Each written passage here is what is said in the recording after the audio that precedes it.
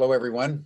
I'm Jim Garrison, and I would like to welcome you to our series called UbiquityTalks, where about once a month I have the privilege of holding a dialogue with someone of note in different parts of the world and across a range of interest areas and disciplines about issues of topical interest to education, learning, and personal development.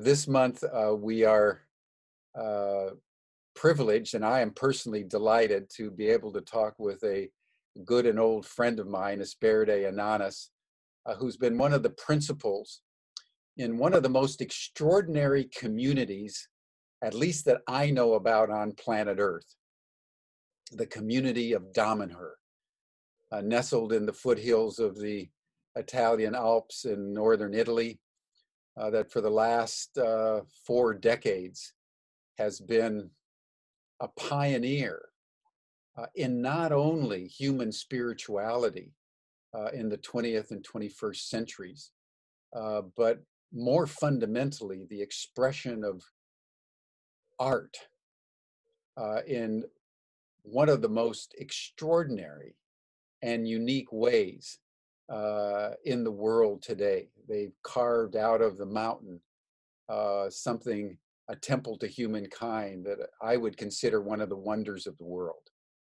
And Esperide has been one of the principal movers and architects in the development of that community. So over the next hour, we're going to have an opportunity to talk with Esperide. So Esperide, welcome warmly to our Ubiquity Talks. And why don't we begin by you telling the story of your introduction to Damanhur, and then anything that you want to say about the evolution of Damanhurian community and spirituality. And then we'll broaden that into various questions that people might have. And I would say, everyone listening, if you have a question, write it in the chat. One of the things we've discovered over the last several months is that it's much more efficient and we can get more questions in if you just write them in the chat. I'll be monitoring the chats, and then as I get into a discussion with Esperide, I'll work your questions in, and that will give us a much more robust and dimensionalized conversation.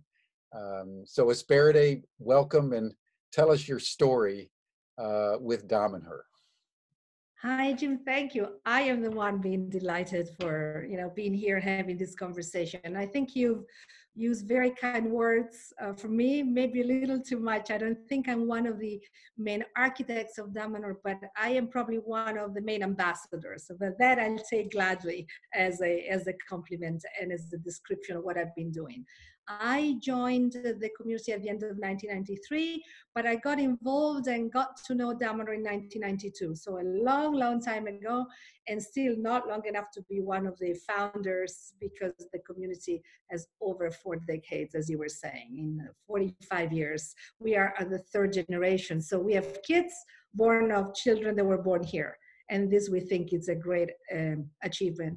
Another important accomplishment of our community is that we have really created a society. So we have been looking at life from the moment in which we're born to when we die, to after we die, in the dimension in between, and before we're born again. So we've really been thinking what could be a way that all of these phases of life are lived fully and in a very meaningful way. Really, the idea of Damanhur is to bring it, the sacred back into every aspect of our life.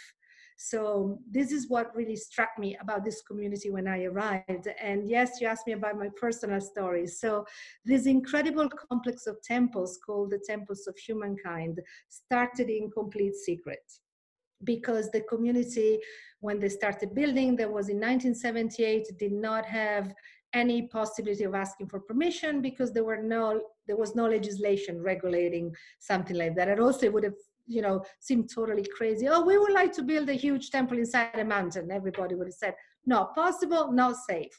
So they couldn't get permission, and they felt it was so important to build these temples to be a new planetary antenna of connection with the forces, the cosmic forces. They're now helping humanity awaken. They decided to go ahead and just build them. And then, it's Italy, we'll find a solution, we'll come out and say, okay, we got the temples and something will happen.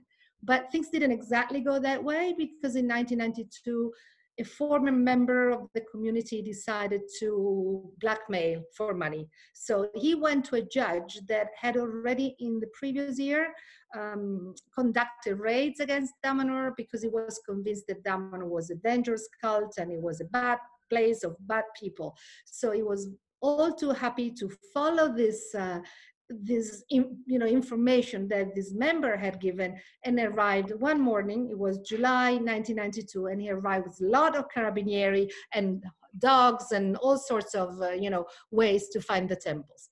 He also had a map, but the map was very old, so he couldn't find the entrance. So he got even more mad and said, okay, if you don't open this door, I'm going to blow up the mountain. And he had enough explosive to do that. So of course, the founder of Damanhur, who died in 2013, and another group of people decided to open the door to this judge. The only request was please not to enter with all those police, and so just the judge and the head of the Carabinieri entered. And upon entering, the judge said, great, this is the end of Damanhur, finally. And when he came out, he was in tears, and he said, I'm so sorry, I had no idea what you were doing. I'll do everything I can to help you. And so one of the things he did was to say, I'm not going to tell the news to the press. You find the way to tell your story. And that's when I was invited to come here and help the community really telling the story to the world.